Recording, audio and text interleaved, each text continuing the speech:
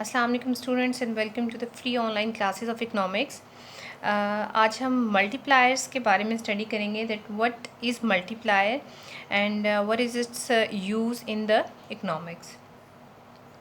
Multiplier का जो concept है ये केन्स के नाम से मशहूर है, केन्जियन मल्टीप्लायर। लेकिन सबसे पहला जो मल्टीप्लायर था, द कॉन्सेप्ट जो था मल्टीप्लायर का, that was presented by F.A. Kahn in 1931। इन्होंने 1931 में जो है वो मल्टीप्लायर का कॉन्सेप्ट दिया और इनका जो मल्टीप्लायर जो इन्होंने प्रेजेंट किया दैट वाज एम्प्लॉयमेंट मल्टीप्लायर। अब मल्टीप्लायर है क्या, why it is called multiplier.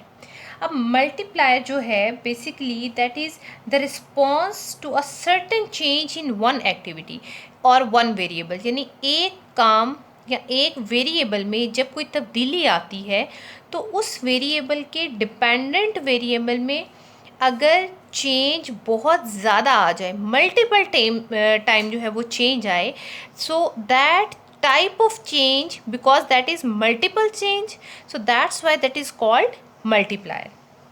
तो केन्स जो है इन्होंने अपना मल्टीप्लायर जो है जिसको इन्वेस्टमेंट मल्टीप्लायर कहते हैं, इन्वेस्टमेंट मल्टीप्लायर, केन्स ने अपना इन्वेस्टमेंट मल्टीप्लायर जो है वो प्रेजेंट किया और इस मल्टीप्लायर के अकॉर्डिंगली जब इन्वेस्टमेंट में 1 यूनिट चेंज आता है तो उससे नेशनल इनकम में मल्टीपल टाइम्स जो है वो चेंज आता है और वो मल्टीपल फैक्टर कितना होगा, it will depends upon the multiplier coefficient.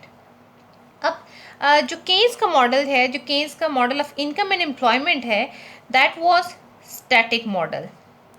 Static model जो प्रीवियसली हमने केन्स का मॉडल पढ़ा था एग्रीगेट डिमांड और एग्रीगेट सप्लाई वाला, दैट वाज स्टैटिक मॉडल, क्योंकि उसमें कोई चेंज नहीं आ रहा था, यानी इन्वेस्टमेंट, प्राइसेस, इंटरेस्ट रेट, वो सब हमने कांस्टेंट फ़र्ज़ किए थे, देयर इज़ नो चेंज।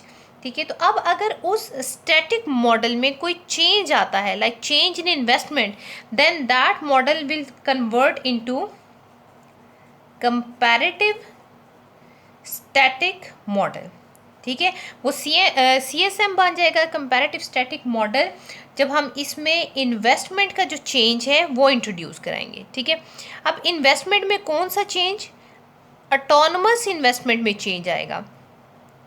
अगर आपको याद हो, हमने प्रीवियस लेक्चर में थ्योरी ऑफ इफेक्टिव डिमांड में पढ़ा था कि जब गवर्नमेंट इन्वेस्ट करती है तो गवर्नमेंट जो है वो ऑटोनमस इन्वेस्टमेंट करती है, क्योंकि उस वक़्त गवर्नमेंट का बेसिक ऑब्जेक्टिव होता है इकॉनमी को रिसेशन से निकालना और फुल एम्प्लॉयमेंट की तरफ लेकर जाना। ठीक है, तो इस कंडीशन में प्राइवेट इन्वेस्टर्स इतना ज़्यादा इन्वेस्ट नहीं करते, इस कंडीशन में सिर्फ गवर्नमेंट जो है वो इंटरफेरेंस करती है और ऑटोनमस इन्वेस्टमेंट जो है वो करती है, यानी I=I0।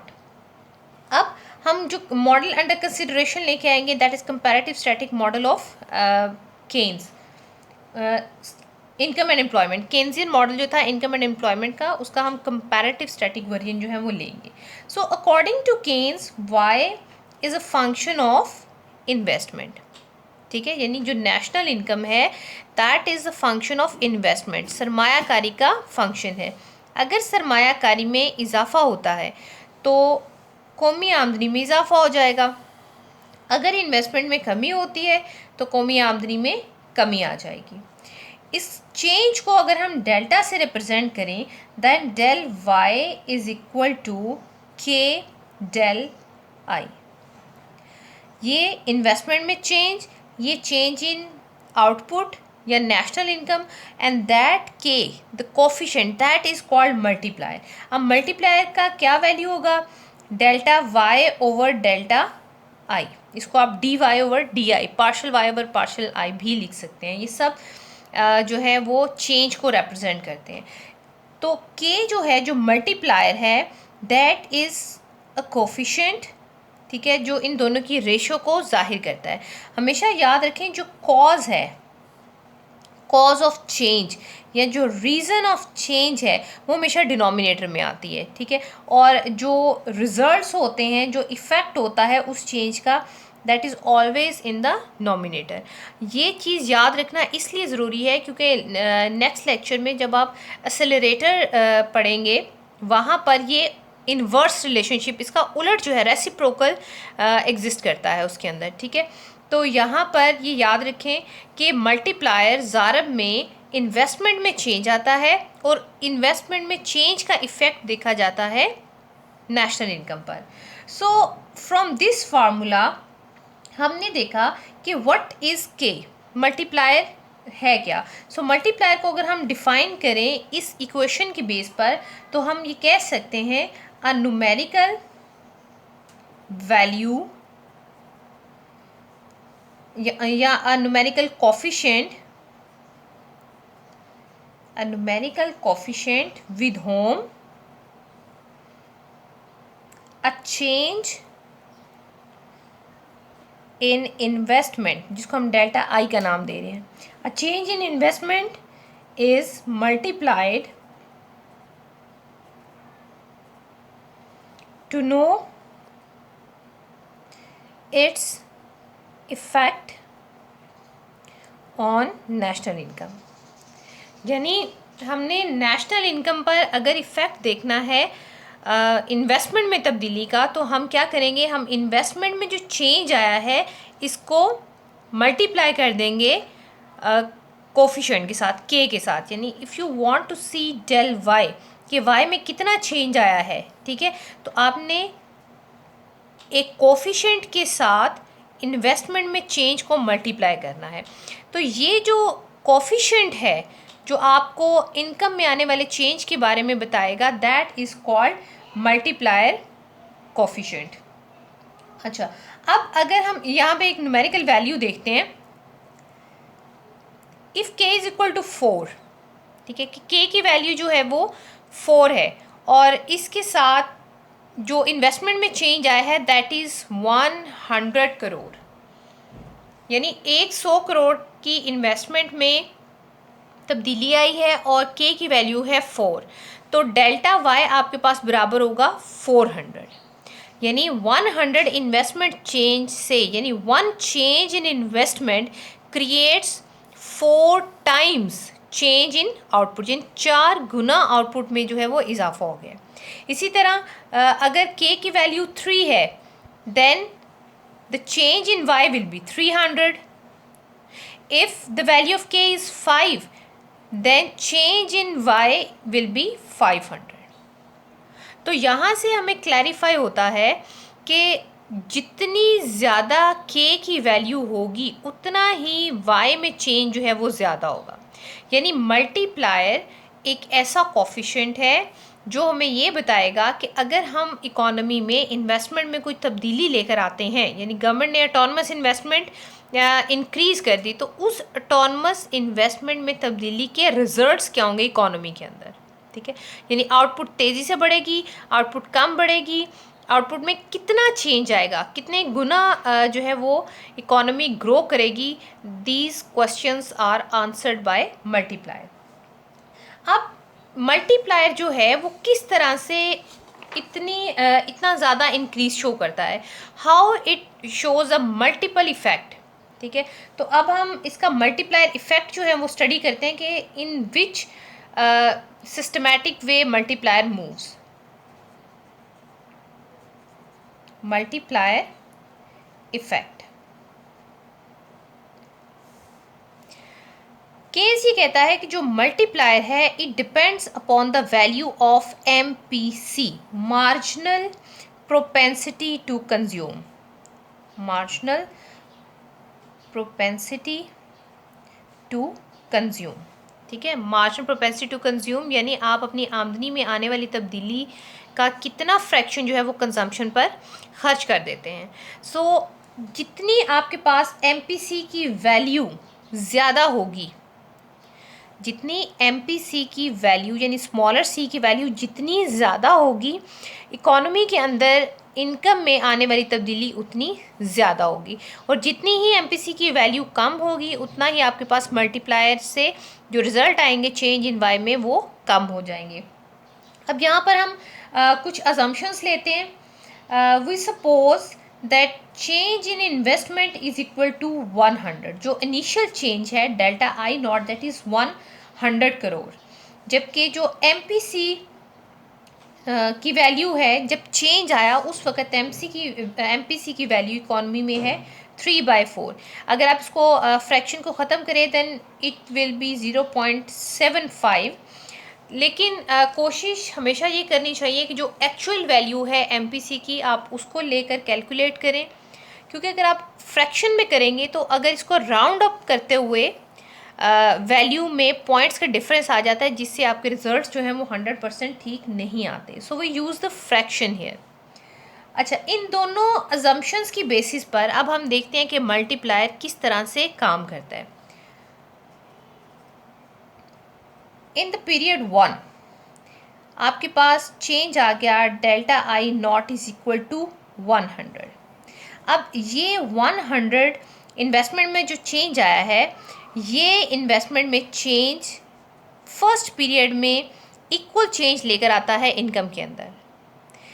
लेकिन जब ये इनकम लोगों के पास जाती है तो आप जानते हैं कि एमपीसी यानी टोटल आपके पास जो इनकम होती है spending that is equal to MPC plus MPS, यानी सारे की सारी जो कंजम्पशन है इनकम जो है वो कंज्यूम नहीं की जाती, उसका पोर्शन सेव किया जाता है। अगर यहाँ पर 3/4 एमपीसी है तो 1/4 एमपीएस भी मौजूद है, यानी नेक्स्ट में जब आपके पास चेंज इन वाई 100 होगा तो यहाँ से लोग इस इनकम को जब इन्वेस्ट करेंगे डेल्टा आई 100 से, तो अब जो चेंज इन इनकम आएगा वो 100 नहीं होगा। क्यों? क्योंकि इस इनकम का 3/4% ही कंज्यूम हुआ है, और कंजम्पशन ही डिमांड जो है वो क्रिएट करती है, दैट इज़ कंजम्पशन एक्सपेंडिचर्स। तो यहाँ 100 का 3/4% अगर आप कैलकुलेट करें तो that will be equal to 75। ठीक है, 75 इसके आपके पास आंसर आ जाएगा 75। तो नेक्स्ट पीरियड में जो इन्वेस्टमेंट होगी that will not be equal to 100। ये जो इन्वेस्टमेंट होगी delta I that will be equal to 75। अब ये जो 75 है it will become the income of second period 75। अब लोग क्या करेंगे, वो इस 75 का 3/4% जो है उसको कंज्यूम करेंगे और 1/4 जो है वो सेव कर लेंगे। यानी नेक्स्ट पीरियड में 75% का 3/4% इन्वेस्ट होगा। तो 75 का 3/4% अगर आप कैलकुलेट करें तो डेल्टा आई 2 जो है ये आपके पास अबाउट 56.25 आ जाएगा। ठीक है, यानी जो कंजम्पशन एक्सपेंडिचर्स हैं वही आपकी इन्वेस्टमेंट में आ रहे हैं, सेविंग जो है वो एक साइड पे हो रही है, सेविंग इसमें इंक्लूड नहीं हो रही। इसी तरह से अब यहाँ पे इनकम सेम आ गई इस पीरियड की 56.25। अब नेक्स्ट पीरियड में जो इन्वेस्टमेंट आएगी पीरियड 4 में दैट विल बी 3/4% ऑफ 56.25, और ये अबाउट आपके पास होगी 42.17। तो यहाँ पे जो इन्वेस्टमेंट आएगी 42.17, और ये प्रोसेस जो है इसी तरह जिग जैग वे में चलता रहेगा। कब तक चलता रहेगा? जब तक आपके पास जो इन्वेस्टमेंट है इट बिकम्स यानी चेंज इन वाई जो है इट बिकम्स 0। ठीक है, इस तरह से ये जो चेंज आ रहा है इसको आप जब टोटल करेंगे, ठीक है, तो टोटल चेंज इन इनकम आपके पास आ जाएगा कि इस 100 चेंज से जो टोटल चेंज इन इनकम आया है वो कितना होगा, ये आपको बताएगी value of K. So multiplier according to the multiplier ये 400 आना चाहिए। अब किस तरह से हम इसको कैलकुलेट कर लेते हैं? केन्स ये कहता है कि k is equal to 1/1 minus M P C. इनका आपस में इन्वर्स रिलेशनशिप है। MPC का चेंज इन y के साथ पॉजिटिव रिलेशनशिप है। MPC जितना ज़्यादा होगा उतना ही y ज़्यादा होगा, लेकिन MPC का k के साथ नेगेटिव रिलेशनशिप है। यानी जितनी MPC की वैल्यू ज़्यादा होती जाएगी उतना ही k जो है वो स्मॉलर आंसर देगा और y में कम चेंज लेके आएगा, यहाँ पर नेगेटिव आता है। सो इसको करके देखते हैं। That k is equal to 1/1 minus 3/4। ठीक है, 3/4 आ गया। अब इसको सॉल्व कर लें। You have 4 minus 3 that is equal to 4। तो k की वैल्यू आपके पास आ गई 4। इनिशियल चेंज इन इन्वेस्टमेंट था 100। ठीक है, तो यहाँ पे k की वैल्यू आ गई आपके पास, सॉरी चेंज इन y की वैल्यू आएगी k इंटू डेल्टा आई। ये वही इक्वेशन है जो आप पीछे डिराइव कर चुके हैं। Delta y is equal to 4 into 100 that is equal to 400। ये वो रीज़न थी जिसकी बेस पर हम कह रहे थे कि आंसर जो है डेल्टा वाई का वो 400 आना चाहिए और आएगा। अगर आप सारी स्टेजेस को इसी तरह जिगजैग वे में कैलकुलेट कर लें देन आंसर विल बी 400। अब यहाँ पर हम MPC की वैल्यू को चेंज करके देखते हैं। If k is equal to 1/1 minus 2/4। अब 2/4 करने से what you get 4 minus 2 that is equal to 2। अब देखिए जैसे ही हमने MPC की वैल्यू को चेंज किया k की वैल्यू जो है वो चेंज हो गई। जैसे ही हमने MPC की वैल्यू को रिड्यूस किया, यहाँ पर MPC की वैल्यू थी 0.75, यहाँ पर MPC की वैल्यू है 0.50। अगर आप इसको फर्दर क्लियरली इसको देखना चाहते हैं तो ये देखें वैल्यू अब पहले से कम है। जैसे ही हमने MPC की वैल्यू कम की तो k की वैल्यू जो है वो भी कम हो गई। सो MPC इंक्रीज़ करेगा तो डेल y इंक्रीज़ करेगा। अगर MPC जो है वो फॉल करेगा तो k फॉल करेगा। मतलब यहाँ पर भी इनका पॉजिटिव रिलेशनशिप जो है वो सामने आता है। तो k is the coefficient which determines the change in y in the economy in response to the change in investment। ठीक है, अब इसकी वैल्यूज़ डिफरेंट लेकर इसको सॉल्व करके देख सकते हैं कि वैल्यू जो है वो क्या आएगी। अब हमने यहाँ पर देखा k की वैल्यू है 2। तो अगर k की वैल्यू 2 हो तो इकोनॉमी पे क्या इफेक्ट पड़ेगा, देखते हैं क्या ये रिलेशन प्रूव होता है या नहीं होता। So delta y is equal to 2 into 100, so that is equal to 200। तो अब देखिए पहले से कम है, यानी जैसे k की वैल्यू कम हुई तो y की वैल्यू कम हो गई। तो k is the value which determines the change कि how many times income change. So that is called multiplier effect. ठीक है, इस तरह से MPC जो है वो मल्टीप्लायर को इफ़ेक्ट करता है। अगर आप इसको एक सिंगल इक्वेशन के फॉर्म में देखें तो in the form of single equation अगर आप सबको सम अप करें तो डेल्टा y इज़ I0। ये है इनिशियल चेंज, जो सबसे पहले चेंज आया था, that is 100 plus delta IC उस इन्वेस्टमेंट में से MPC ने जो वैल्यू निकाली थी वो यहाँ पर आ जाएगी पीरियड 2 में।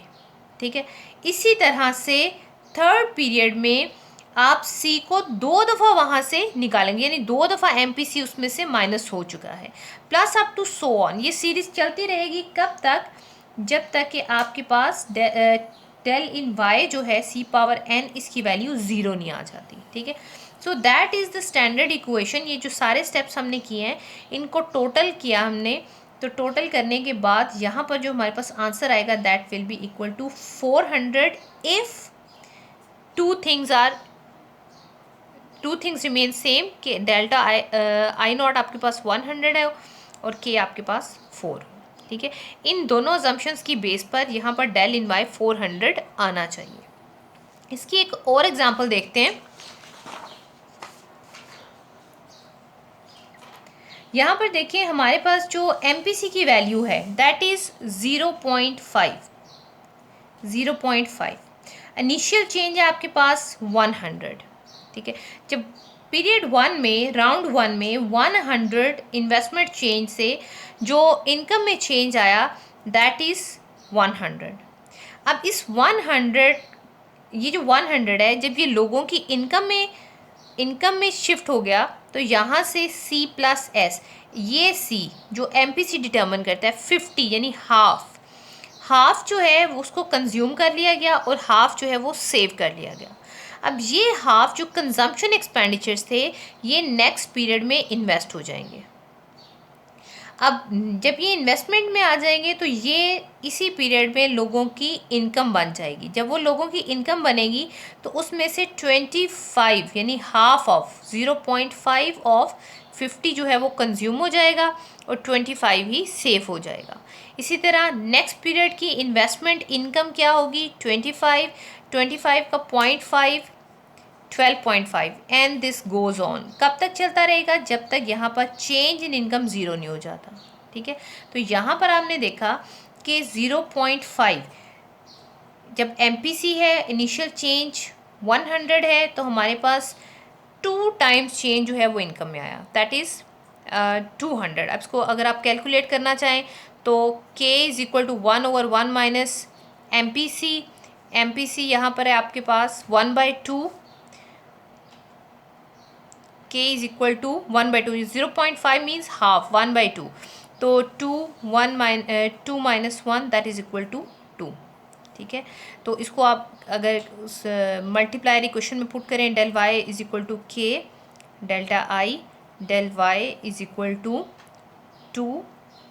100 दैट इज इक्वल टू 200, और देखें यहाँ पे आपके पास सेम आंसर आया। ठीक है, that is the multiplier effect. अब मल्टीप्लायर इफेक्ट को अगर आप डायग्रामेटिकली देखें कि किस तरह से ये इकोनॉमी को मूव करता है या पॉजिटिवली इफेक्ट करता है, उसके लिए हम केन्जियन क्रॉस जो है उसको ड्रॉ करेंगे। We have aggregate supply curve that is C plus S, we have aggregate demand curve A plus C plus I that is aggregate demand curve. ये आपके पास इक्विलिब्रियम लेवल है। ठीक है, Y इक्विलिब्रियम।